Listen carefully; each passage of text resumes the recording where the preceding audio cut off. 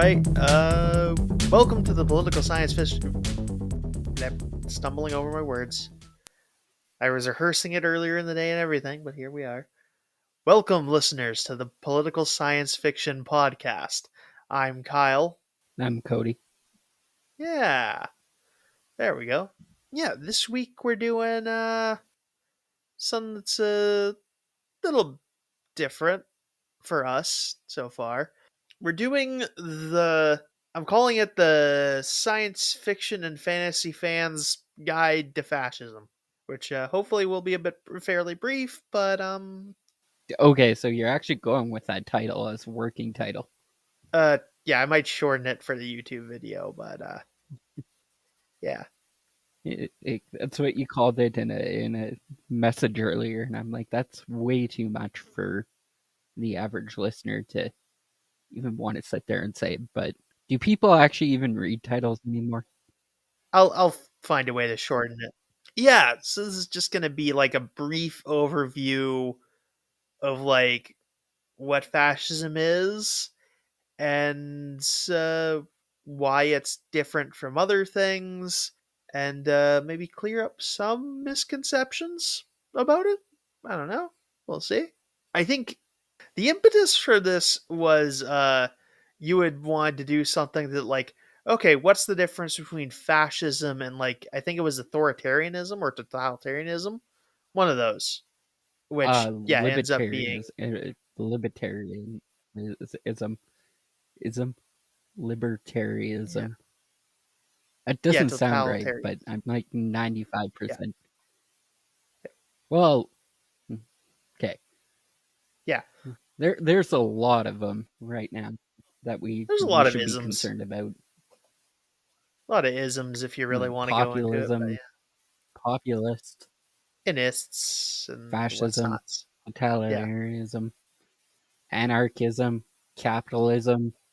I mean, okay, so like the short answer to that question is just that, like, totalitarianism and authoritarianism are, at least in my mind, like catch-all terms. Like, there's a lot of things that are totalitarian and or are authoritarian. They don't necessarily, like, there's a lot of things Mhm. that can fit under that umbrella. Whereas fascism is something a lot more specific, which is what we're going to get into. Yeah, I guess if I were to go broad stroke definition of those two, just like totalitarianism is just like a big oppressive, like a big oppressive government, and authoritarianism is just like government formed around obeying an authority, like to the extreme, of course. Um, which, yeah, though, which you can throw a lot of things under that umbrella. I think I did a lot less research than I probably should have on this topic, reading over these call notes. But I watched Starship Troopers, and then I watched a couple of videos on Starship Troopers. I read the plot synopsis of the video game Helldivers, which is basically Starship Troopers. Yeah, I Um, actually got I think they would brought this up as like maybe like doing a thing for that specifically, but I do have like I did was just like, okay, I have an entire episode based on like what happened, the stuff about Starship Troopers, which we're probably just gonna do next. Just knock it out real quick. mhm. So and especially since you looked it up and like watched it, so that way we can get it while it's still sort of fresh in your mind. But that'll be next time. Yeah. Was there a specific episode on the podcast for Starship Troopers? Uh, yeah, yeah, I got one. It might have not been on the list, but I do Okay. have one in mind. Yeah. I think we talked about doing it for quite some time here, anyways. So But yeah. So what is fascism? Um oh man, I meant to have this in front of me because there's no way I can remember it off the top of my head. The term is just like fascism has gone through many definitions.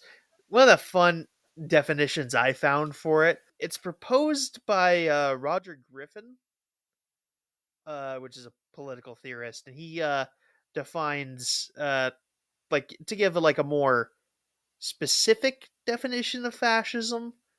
Because the word fascism comes from it comes from this Rome.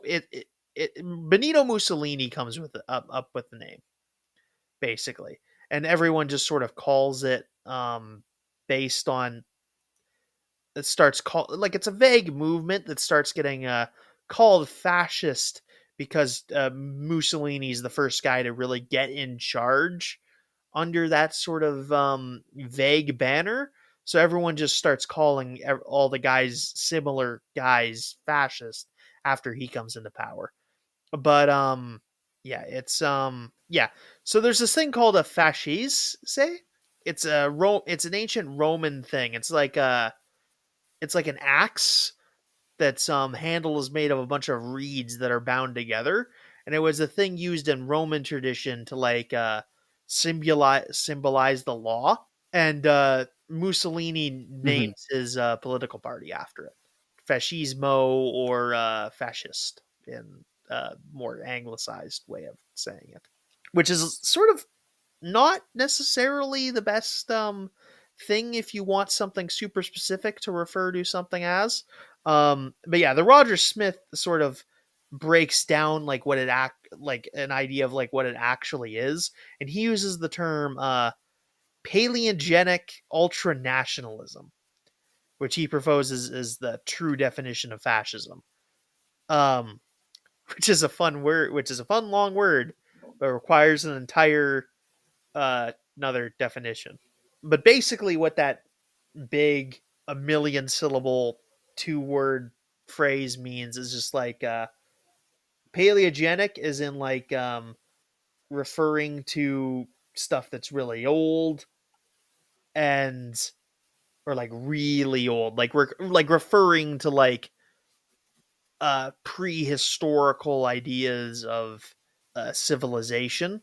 And then ultra like nationalism, which is the idea that like you should bind country up in your country in your state up in up as a nation of people that have uh cultural ideas shared between them, and that's yeah, cultural ideas, sometimes religion, and sometimes similar philosophies and practices and traditions, that sort of thing.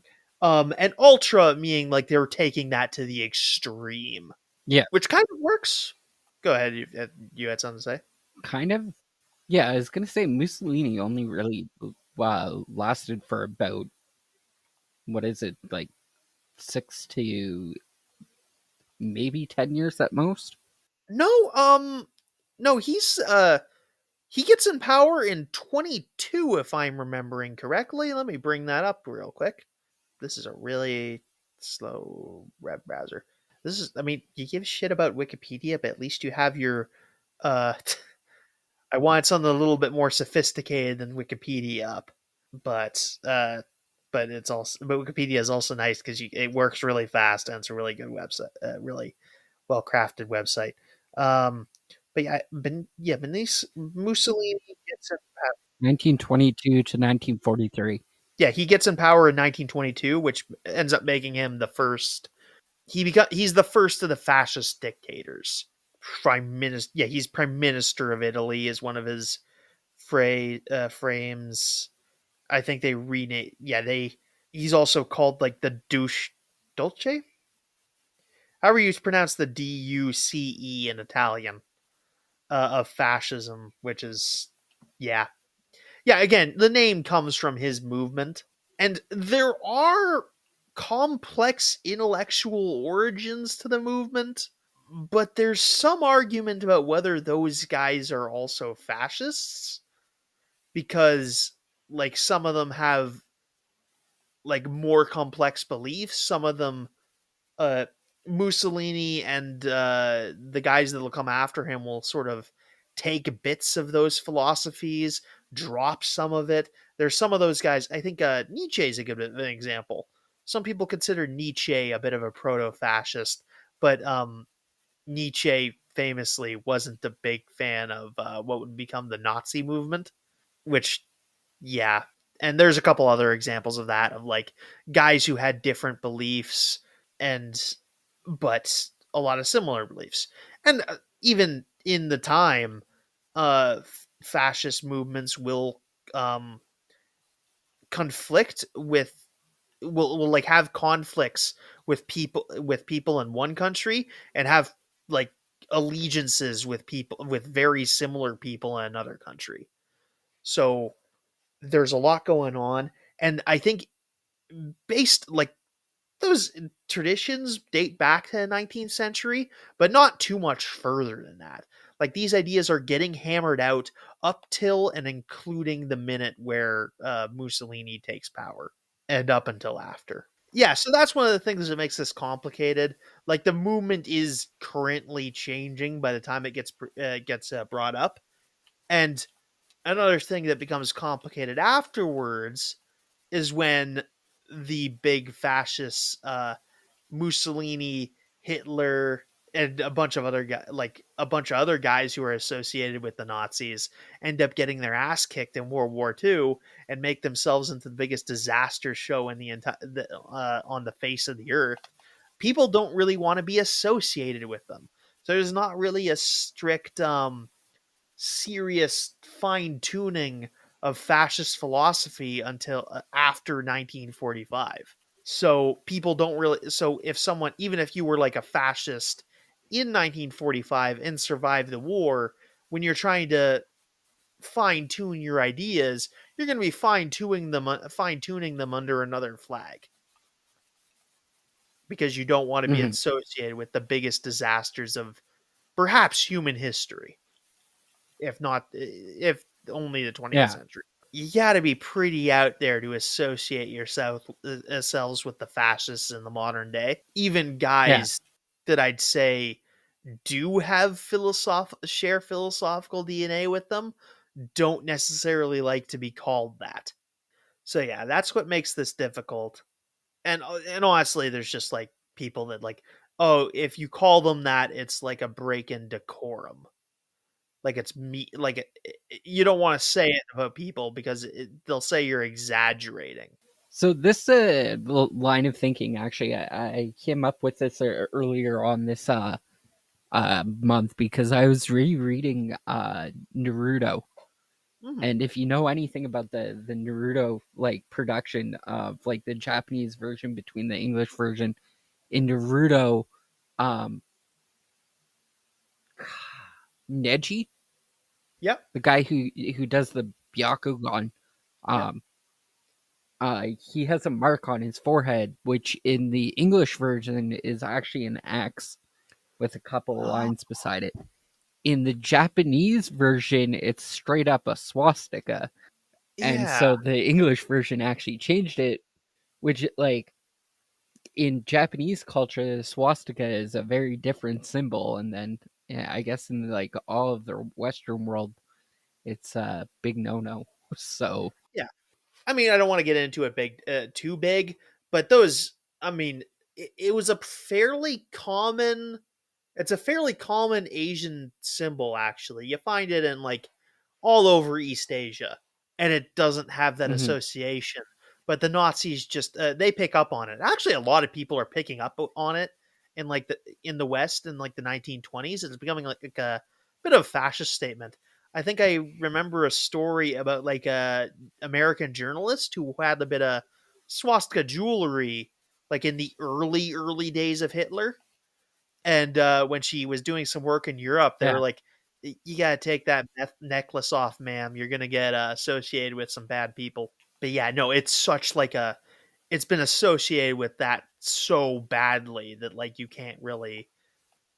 If you associate it with like the people that do share DNA with it, they kind of come after you as like, I don't mean to exaggerate, but they just they want to shut down the conversation because it's very unflattering, and some people would say hyperbolic.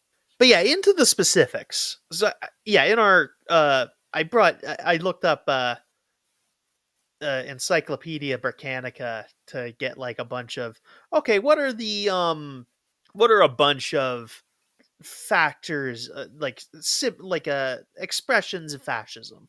What are like the vague different ideas? And I got like from them. I feel like I got a good list, and I'm just gonna read it out, and we'll get a little bit of an idea. Opposition to Marxism, opposition to parliamentary democracy, opposition to political and cultural liberalism, totalitarian ambitions, conservative economic programs, corporatism, alleged equality of social status, imperialism, military values, Volksgemeinschaft, mass mobilization, the leadership principle, the new man, glorification of youth, education as character building, decadence and spirituality. And you might have noticed that, like, you shave a couple of those off and replace them with other things, you could be describing a different philosophy. And there's factors of like, yeah, I think in a lot of when you get into like the list of like fascist dictators, there's a lot of them like, okay, is why am I blanking on his name? God, Francisco Franco. Is Francisco Franco just a military dictator, or is he a fascist? Are those things mutually exclusive? That's an honest question, honestly. Does the fact that Franco's a military dictator disqualify him from being a proper fascist? I would maybe say yes. That doesn't mean he's a good guy, but I mean, you can be a bad guy without being a fascist. That's just the fact of the matter. And there's like, they bring up like the Japanese. I call it a military dictatorship, but yeah, there's a lot of that in there. And yeah, you pick up on a lot of fascist ideas without being what I'd call the fascist government. And what I mean by that is, when you think of the fascist government, we're thinking of prime almost entirely fascist Italy and Nazi Germany. Um, and what I would describe those as like being is civilian run dictatorships. Now that seems like very simple. Like if you've maybe done a bit of this thinking in the past, you might think that that's a bit of a too simple explanation. And on one hand, yes, if you're going down the route of Umberto Eco or Roger Smith, the guys I mentioned earlier, you might be like scoffing at that a little bit. And yeah, on the philosophical end, yes, that's absolutely a thing. But on the terms of what is a fascist government, I think I'm on a little bit more of a trajectory, because Hitler and Mussolini are both civilians who are totalitarian leaders. They aren't members of a military or members of the nobility, which I think is the big, which I think are the other two big kinds of like totalitarianism, military totalitarianism, and monarchical totalitarianism. I guess you could throw on corporate authoritarianism on there too, of like them needing to be like really rich guys to just be in charge, which yeah, that's a thing. But yeah, I think that's the thing that differentiates, like, if we're being like, okay, what differentiates Hitler and Mussolini from like all the other bad guys? I think that's maybe it. Okay, Because say that. so if we're looking at what differentiates Mussolini and Hitler from other kinds of dictatorships and authoritarian governments, I would say the difference is that Hitler and Mussolini are civilians who come into dictatorial powers, as opposed to being a military leader or a member of a nobility. And the reason I say that is because, like, a few of like a couple, maybe like 10 of these are the things that easily go on to other forms of government. Opposition to Marxism. Oh, I could name like half a million other of those things. Uh, opposition to political cultural liberalism, tons of other guys like that. Totalitarian ambition, I don't think that's exclusive to fascism. Conservative economics programs, nope, not at all. Corporatism, not at all. Imperialism, nope. Military values, nope. Okay, Volk, blah, blah, blah. That's definitely. Mass mobilization, not really. Although, kind of. That's a bit more of it because they do require like civilians to like form sort of militias, being a different from a military because it's not like an organized military to like gain power. The and then leadership principle, it is something they come up with, but not strictly something that needs to be them. The new man, kind of, not really. Glorification of youth, that could even be shared with some good philosophies. Education is character building? Ah, no, that's tons of people have that. Decadence and spirituality? I'll look up the definition of that again. But I think like the ones I got in our show notes here, the big ones that sort of knock us differently, that like separate these two, are opposition to parliamentary democracy and alleged equality of a social status, are like our big two ones that sort of separate us from the crowd of other kinds of authoritarianism. So I'll explain the latter first, unless you have something to bring up. I think for the most part, I've got like 75% of this, and for the people at home that don't fully grasp it, hopefully there will be a point in time where this kind of all comes together. So, So the latter I said was alleged equality of social status. Now that seems a bit weird. They're a bit mhm. it's a look at what the Nazis did. Clearly, if you look at like Nazi society, you don't come away thinking like, okay, yeah, this is a big bastion of equality. But here's my point to why they you might say that fascism is a movement that preaches equality of social status. Sure. So, you know the movie Valkyrie? No. Okay, so it's a movie about this guy in the Nazi army who along with a bunch of other Nazi army guys are plotting to kill Hitler. It's based on true events. Okay. Yeah. I thought Um this was Inglorious Bastards, but apparently, no, no, no. does it have Tom Hank or Tom Cruise in it? Nope. Yeah. Yep. Yep. This is the Tom Wait, Cruise it movie. does. Yeah. He plays Strasberg or whatever I the guy's I, name is. Who's the main guy in that I plot? thought I was thinking of the other one, Brad No, Pitt, yeah. Anyway, yeah. but that might be Inglorious Bastards. No, Brad Pitt's in Glorious Bastards, I think. Anyway, moving on. Fair enough. Either way, I haven't seen either of those. The reason I bring that up is because that was that event where a bunch of German military officers plot to kill Hitler is a symptom of something that was going on in Nazi Germany. So when Hitler gets to power, he gets to power with allegiances from various conservative political movements, which he manages to get a lot of traction because when he gets elected in 1933, he's at the height of his popularity, at least pre being dictator popularity. Um, so he's able to, like, he gets 30% of the vote. I think in the previous election, he gets like 2.8% of the vote, like when they do the Hmm. election in 1928. And he jumps to like 33% or 30 something percent. So that's a big jump. So he's at the height of his power at that point, height of pre dictator power. Anyway, so a lot of guys were willing to side with him because, okay, we'll side with these guys and we don't have to give the communists anything they want because we care more about keeping our money than literally preventing any bad thing from any other bad thing from happening. Yeah, we'll let these guys kill like like throw a bunch of Jews into like ghettos because it's better that than be taxed at all.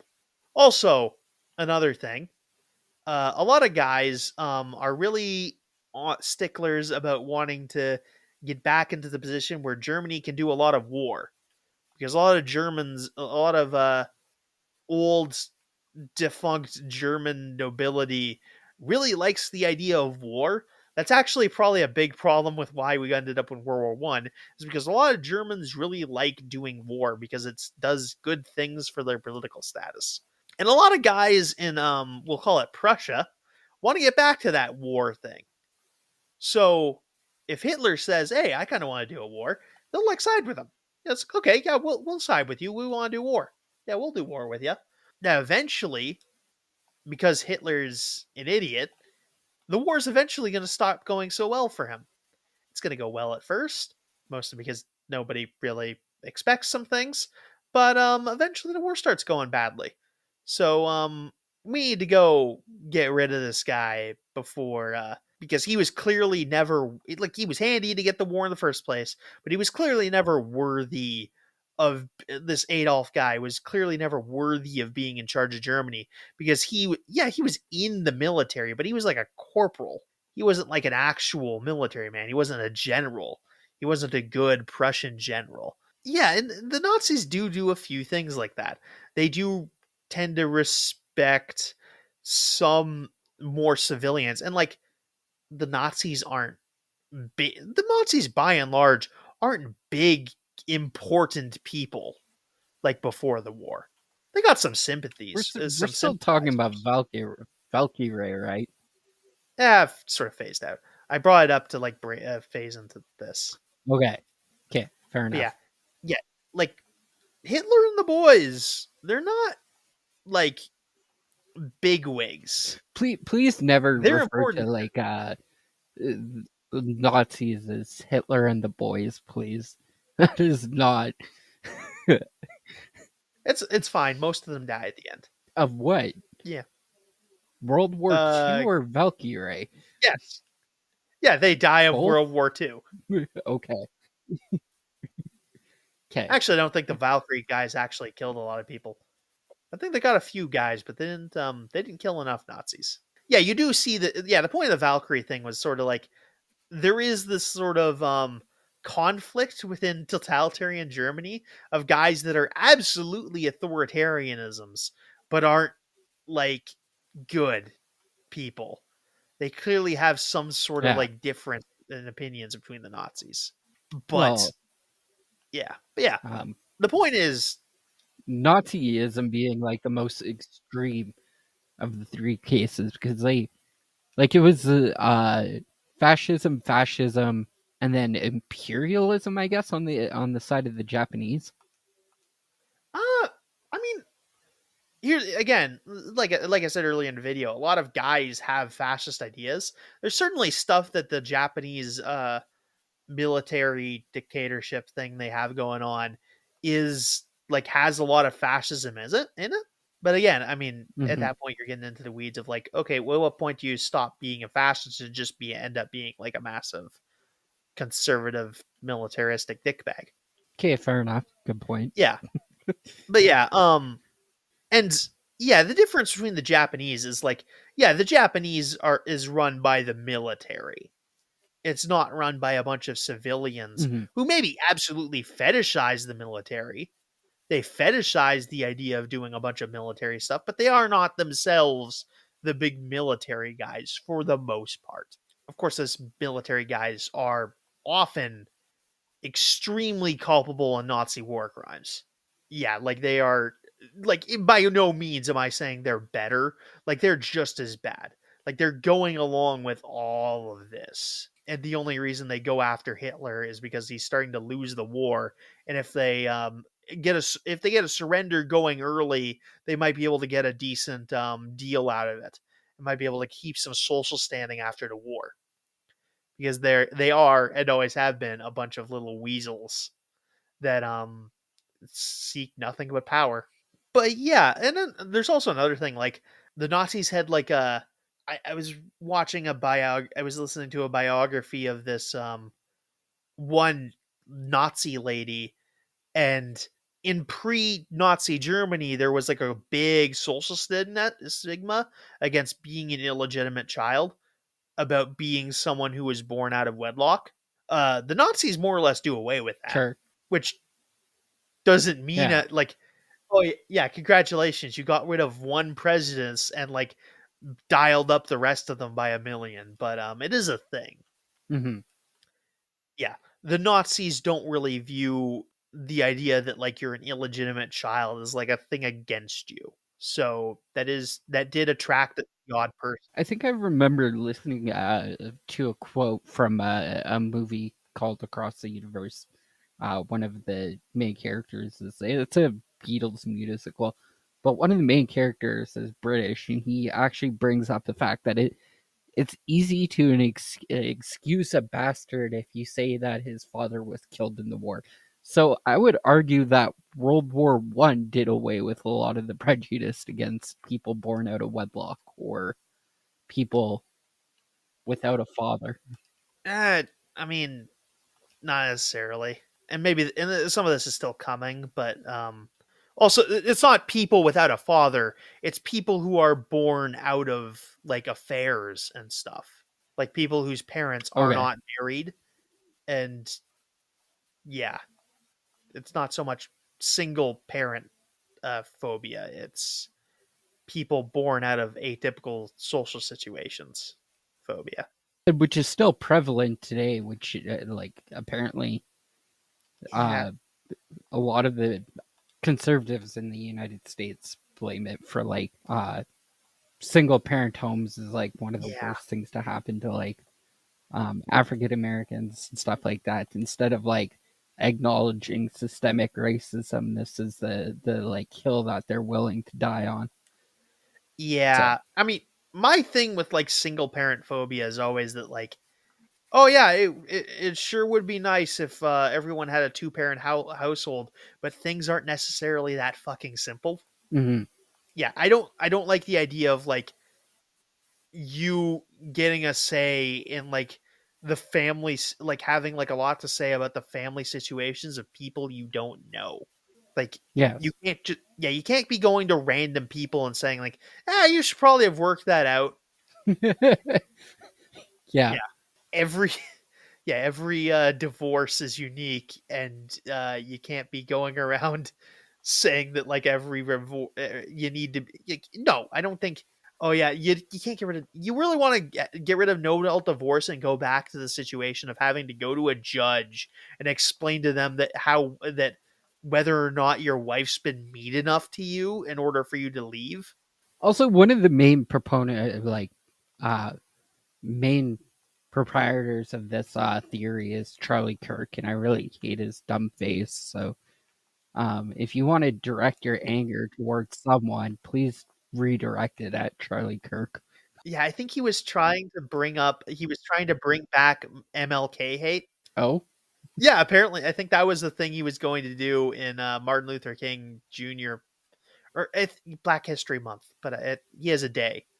They were going to try to do that for that day and like talk shit about Martin Luther King and like try to bring back how in the 70s he was like this really controversial figure. I don't think oh, they went through geez. with a lot of it, but yeah. Yeah, I wonder why. Like, as a white person, I don't think he can say half the shit he just brought up. Oh yeah, no, no, no. If you're not in the know, they like you know how they talk about the BLM protests today. It absolutely had that exact Yes. same Yeah. conversation about it, Martin Luther King. Like word for word, Uh huh. there is literally no difference between these two conversations.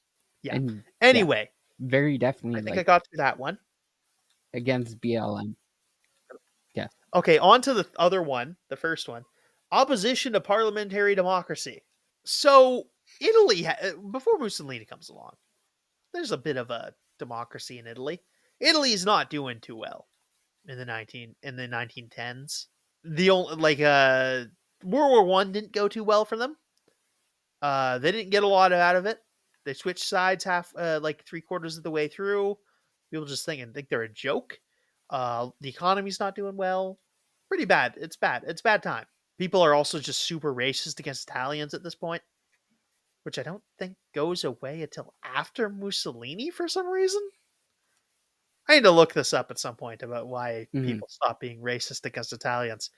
Not because I'm saying we should, but just because it seems weird. I'm confused about the turn of events. We stopped being racist against them after they lost World War II. It's weird. Anyway, yeah, things aren't going well. Democracy's not going well.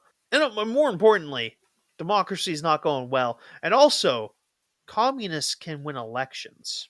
So when Mussolini walks up to the front step as a steps to the King of Italy and says, "Hey, this democracy thing may not work out for you. What if you just put me in charge? And I'll make sure the big mean communists don't get in power." And then the King of Italy is just like, "Sure, bro. I'm sure you're going to be up to great things, Benito Mussolini. I'm sure you won't leave my entire country into disaster." And then they all pretended Mussolini was cool for 10 years. Sorry, 20 years. Let me Why tell are you we something. angry at communists at this point in time? Uh, they want some of our money, apparently. I don't know. Oh, The okay. only, yeah, no, prejudice against communists occurs almost as quickly as communists. I don't think it left. I don't think like anti-communism springs forth before like Karl Marx is done like the first draft of Capital. Honestly, I think it's just one of those things where Mhm. like people are like it comes about and some people are immediately overly threatened by it and are like this needs to be destroyed because it means I lose money.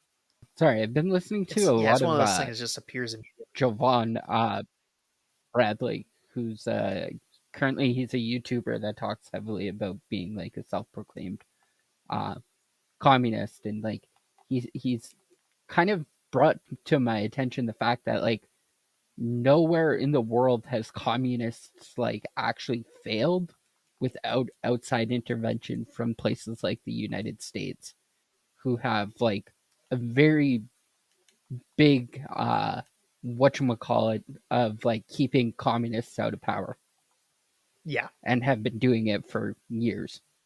yeah. And before that, the British were doing it, and all the other countries were doing it. But yeah, Okay, yeah, it's I'm not insane. like yeah, no, I people bring up like the crimes of Joseph Stalin to be like evidence toward why we need to be anti-communist, but like rabid anti-communism has existed long before Joseph Stalin was even born. Hmm. Yeah, that like that's just the fact of the matter. It has not let up, and they've just found excuses for it as they went along. Remind me who Stalin is, because I'm drawing Joseph Stalin blanks. I can from see his USSR. stupid face, but I don't. Yeah, I Yeah, okay. But leader of what Russia during World time War did he run? 1920 something to 1950 something. Yeah, he starved a bunch of people. Anyway, yeah, so yeah, this is I think that that little exchange kind of demonstrates why communism is a dumb idea because any sensible idea has to go through like millions of layers of like red tape and discussion. But Mussolini, the guy who basically invents the term fascism, gets to do his project immediately and without any argument from anyone who matters. They just hand him the And from a dictatorship thing. king. Yeah, the king literally hands it to him. So does he just hang up the crown at that point in time? No, he's around. Like he sticks Th- around. Yeah, yeah, I know he sticks around, but like, so but everything just becomes a prime ministership at that point in time, much like Britain, rather than like a monarchy at that point. I think it's still technically a Like, is he monarchy. still shot calling? I don't know that he's shot calling. Yeah. He couldn't have been doing anything useful. Okay. He Fair wasn't enough. doing anything useful before, but Yeah. yeah, he's still like around. I'm not sure how significant he is. I'm not super versed in that. I need to look it up at some point. Fortunately, it ends up going through a bit more resistance in other places. When Hitler tries an identical stunt a few years late, I think it's a few years later, because he's doing it to a democracy where you can't just hand the guy literal absolute power. He doesn't get what he wants, and he kind of gets thrown in jail. Barely. Yeah, no, it's the saddest excuse for jail I've ever heard in my life. Pretty much what would happen to Trump at this point in time. Eh, I mean, I feel like Hitler would have actually gone to real jail though. I think Trump's too much of a coward to go within 10 feet of a prison. That's a weird, weird argument. And like the Hitler wasn't that old at this point in time. I think he might have been 30 or maybe even in his 20s. Late 20s, early 30s. The part where he did the rebellion, right? Yeah, Quote because he was unquote did the rebellion. yeah, he was a foot soldier. Like, I'll say this about Hitler: he was like an actual soldier. He got mustard gassed. That's sort of one of the reasons we have so many stories about Hitler almost dying is because he was in World War One. Like he was like he Hmm. got shot at by like regular guys, and he got mustard gas and everything. So yeah, he was an actual soldier. Not complimenting the guy, just Sure. saying that he's not a complete chicken shit. But yeah, so Also, hit yeah, what's go his ahead. face was notoriously a draft dodger. So Yep, yeah, Donald Trump. Sorry. yeah. No, that was fine to bring up. Yeah, so Hitler eventually, yeah, Hitler's story goes a little differently. He ends up getting in charge in 10 years later, 1933. He gets elected, and yeah, he's like there's a surge of popularity for the Nazi parties. They reach like 30% of the vote. He gets the next best thing. He gets the next best thing to what Mussolini got, which was getting handed the throne by the king. He sort of gets told by the president of the Weimar Republic, which is what Germany was called, which was what we call that period of German democracy between World War One and Hitler. The president of the Weimar Republic says to him, "Hey, if you can stabilize some stuff, you can keep our minister, but I'm going to need you to change some things." So Hitler responds to that idea because there's a lot of political turmoil in Germany, despite him being in charge. He responds to that request to stabilize Germany by committing a purge and killing all the Nazis who don't absolutely agree with him, and then solidifying his power base. So he forms a united front because he doesn't actually because he before this there's like a bit more intellectual diversity among the Nazis. Not to say that the Nazis were cool before Hitler take over. I mean, these are all guys that still willingly hang out with Hitler. So don't give them too much credit. But there were some guys that were a little bit more leaned a bit more onto the socialist part of National Socialists than anything. But yeah, he kills a bunch of guys and then solidifies his power base. And then a couple months later, Hindenburg, a very old man, dies, and Hitler just absorbs the office and gains absolute power. And he's able to do this because more conservative movements are able to do coalitions with him and like give him a majority of power in exchange for their votes. And yeah, he gets that allegiances with other conservative movements, all in the name of mostly anti-communism and maybe anti-Judaism. But according to the Nazis, that's just the same thing because they assume everything they don't like is Jewish. Sure. And beyond that, like those are the two. I think there is a fair case to be made that these are sort of if you, like I've given a definition of like the civilian dictatorship, which is what I think you can call fascism in a lot of ways, like a like an ultra nationalist civilian dictatorship. And I think you got a pretty good definition of fascism right there. To speak on the more broad ideals, yeah, they believe that like to say they want you to do what the government says isn't necessarily correct because they believe that you should do what they say. Like you get one, preferably you get one big leader and like he leads the movement and then he leads the country and the people are follow that example. The children, the country, the nation is the parents of is like the head of the household in the way that the father is the head of the household in this era. So like it goes the people in the family, the father, then the nation. So like you would obey the nation as you would the father or the head of the family is basically how they view it. And if you're not doing that, that's showing like anti-patriotism. You're not supposed to like you're showing a you're causing divisiveness, and you need to be following the nation at all times and the leader at all times because the leader is also the nation. How any of this survives a second generation of leaders is an open question. In my experience, in the experience of the world, not particularly well. Francisco Franco is the only, probably one of the few of these guys to like live to old age. Like he's the only one you could call a fascist that actually dies in his bed as an old man. And what happens immediately after he dead? He hands the throne. He hands Spain back to the king of Spain, who immediately forms a democracy. Yeah, I think a fascist state is going to have a lot of problems when the fascist leader dies, because is the next guy going to be just as charismatic?